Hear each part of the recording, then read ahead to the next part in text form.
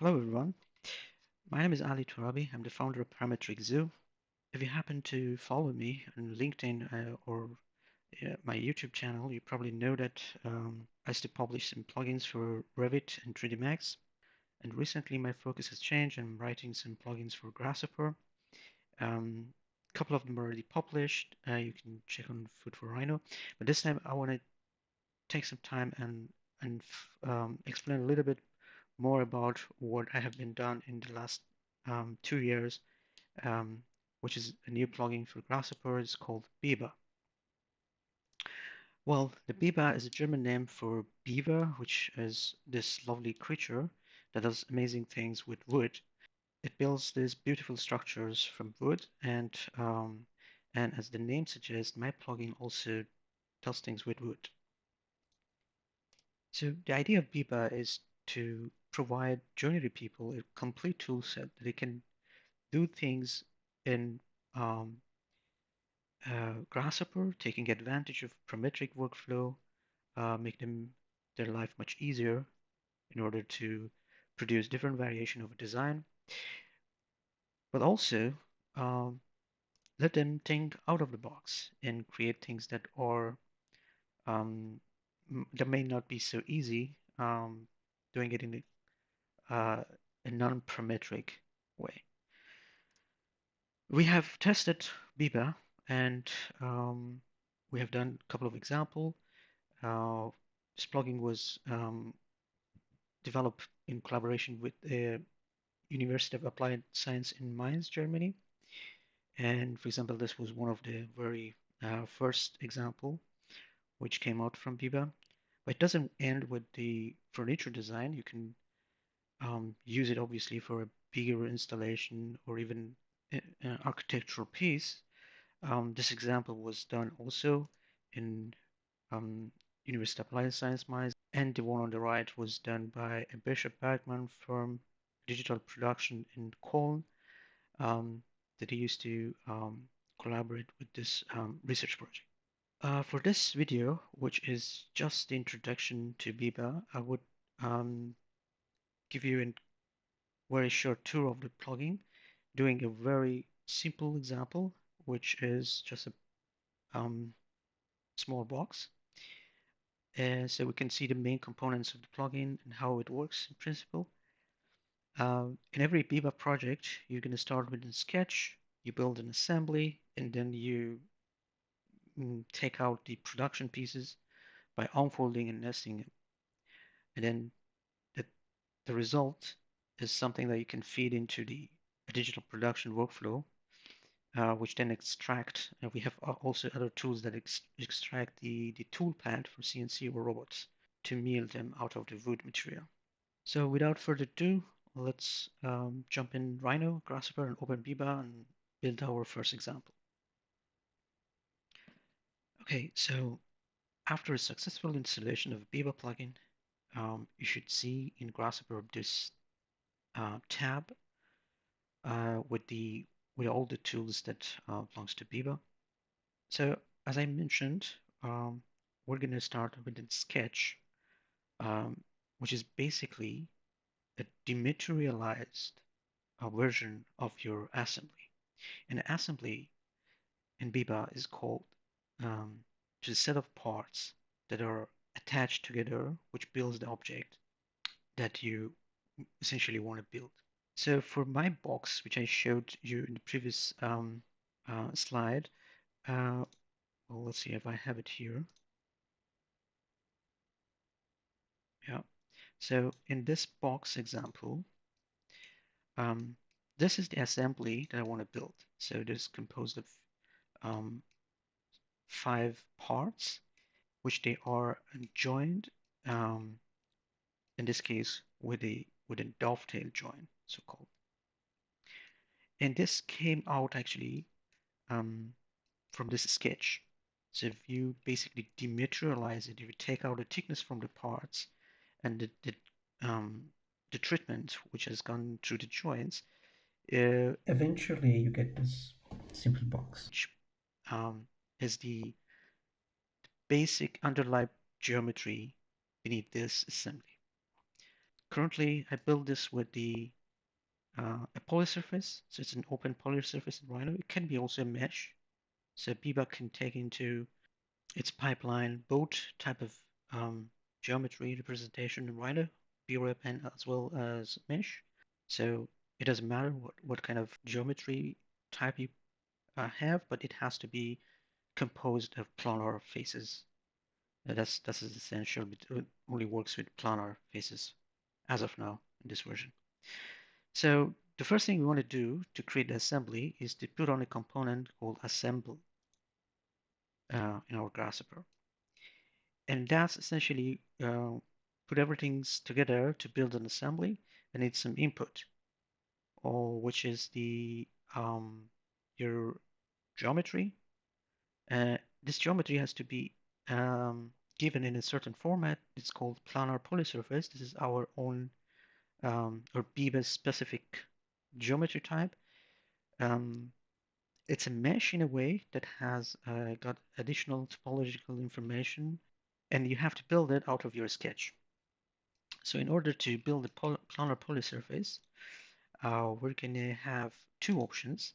If we start with a BREP, we can choose BREPs to PPS, or if we start from mesh, then we can use a mesh to PPS component. So since I have a BREP ready, then I'll use the BREP component, BREP to PPS component. So now I can actually feed that into um, my PPS channel. The next thing is to get our BREP into Grasshopper. So that's pretty easy. You can set one BREP and then feed that. You can already see that components are updated and something has been computed. We don't see anything apart from our BREP and our planar polysurface in the viewport. I'm going to turn off that preview off. And I assume that you have a basic knowledge of Grasshopper, obviously. So I'm not going to through the details that has to do with the Grasshopper itself. So the next thing we want to do is to actually tell the assembly what kind of material we're using. That would be essential to build the parts with a certain thickness. So if you look at the shells, you have three types of shells, and each type will actually define or determine whether the face has to be shelled or thickened inward or outward or from the center. So we have actually three ways of thickening our faces from our sketch model that they provide a baseline for the shell component, which defines whether the shell has to go in opposite direction of the normal of that face. The shell has to build center on the in such a way that the center of the shell aligns with the face, or the shell has to be extruded along the normal of the face. So in this example, because we want to have the parts inside the box, and this sketch is actually representing the outer face of my assembly, I'm going to use the shell which is called negative shell. And the reason it's called negative is because it's negates the direction of the normal. So I'm going to put that into my shell, and in the input of the shell, I can provide the thickness or the material. And we're going to talk about the materials in the next videos. And here I would just provide a certain thickness for my assembly. And I'm going to use something which has like 12 millimeter thickness. I'm using millimeter as my unit. So we don't see anything so far. So let's get assembly. Let's get the parts out of the assembly. And to do that, we're going to disassemble this assembly. And we need a component called disassemble, which lies here in the assembly tools. And this component takes an assembly and simply explode it into different components. The first component which we are interested in are the actual parts, which builds up this assembly. In order to see these parts, we're going to have to realize them, or basically create them. They're just for now synthetic parts, and they don't have actually a real a physical representation yet. So in order to realize them, we're going to use a tool which called shell geometry, and it takes that part and it basically builds up the geometry of that part, and we suddenly see the preview of our assembly in the viewport. So this channel, which gives out the solid geometries, has already 5 closed BIbs. So if I bake this now, just put it on layer 1, and we close the grasshopper for now, you can already see that I build a box with 12 millimeter thickness material, and it has got nicely trimmed miter joint, and even in the back you can see that this is already built, taking into account how they actually meet at the joint and the corners. But from this point, I still have to define how I wanted the joints to be created. So the last thing we want to do for this video is to define the type of joint we want to use for the assembly. So let's get rid of these. And we can provide different joints. We have a big joint library that contains classical joints and even some custom joints, hybrid joints, and so on. We're going to go through them in the different video tutorials, but for this video, what I like to do is to create a dovetail joint. So then let's look for dovetail joint. Here we go. And that provides a joint type, and that we can feed it there. But before we do that, we have to set some essential parameters. Otherwise, it could run into problems, because the dovetail, you have to provide the spacing between the tails. And if you have a very tiny spacing, then it's going to take a lot of time to generate those tails, and because of that, the program could potentially crash if you, for example, give 1 millimeter spacing. So it's going to have like 200 tails on each joint. But we don't want that. So before we plug in that joint up, I'm going to create, I need another component that provides me with those settings. And that also lies in this tab that's called dovetail joint settings. So we create one, and then we pull that in this channel. And here I can see that the length and the spacing of the each dovetail. I can think of something about 3 tails on each side. We'd probably go for an inch size. So, and also, and for simplicity, I just kept the length and the spacing the same. Okay, there are all other parameters that we can set, but I'll leave that for later. Just keep that video short. Keep everything default, and then try to connect our joint type to assembly. So it takes a little bit of time, then you calculate the geometry again. Now I'm going to delete everything here and build the solid parts again.